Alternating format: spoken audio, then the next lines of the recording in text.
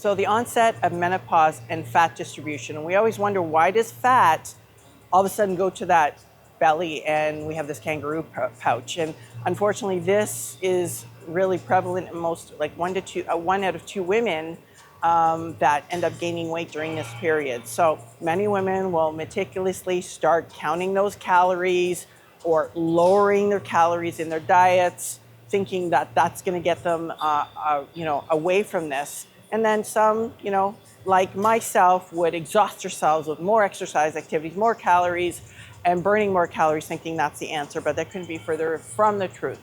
Others will also go on HRT, have bioidentical hormones to help with any symptoms and think that that can be the end all be all. But when it comes to losing that menopausal weight, that usually doesn't provide, the overall answer. It's not the lottery ticket. It helps with your symptoms.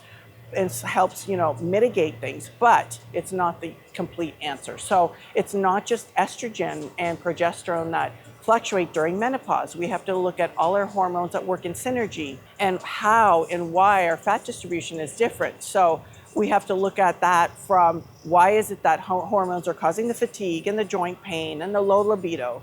And yes, that's right, weight gain. So if we were to explain this, we have to rebalance to lose the menopause weight for good. But it's important to understand that theory of eating less and moving more no longer works during menopause. Maybe when you were 20 or 30, but it changes because of the transitional phase that our hormones are going through. So as we enter our, perimenopause, our estrogen levels rapidly decline.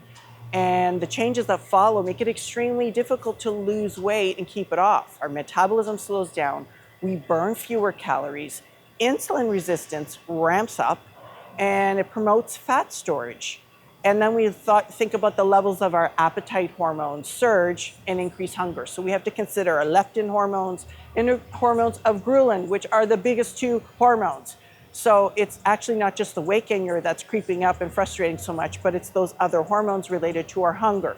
So when our estrogen ramps up, typically it would distribute evenly in our bodies, but now it happens to go straight to our bellies. And that's why we call it the meno belly. But we also have to consider, what are those other hormones? And that's why women that previously were thin, long-legged, whatever, all of a sudden only have belly fat around, or visceral fat right inside that meno belly. And we shift from that pear, we end up getting that pear and hourglass kind of look, right? But we also have to consider, what about the health benefit, the health risks, right? Stroke, heart disease, diabetes, and even cancer.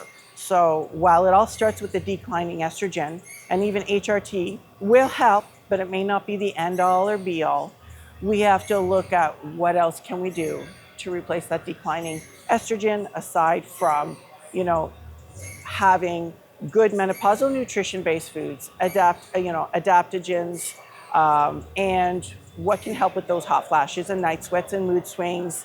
And there are treatments out there, but we have to look at balancing our progesterone and our testosterone. Yes, women have testosterone. It's a sex hormone.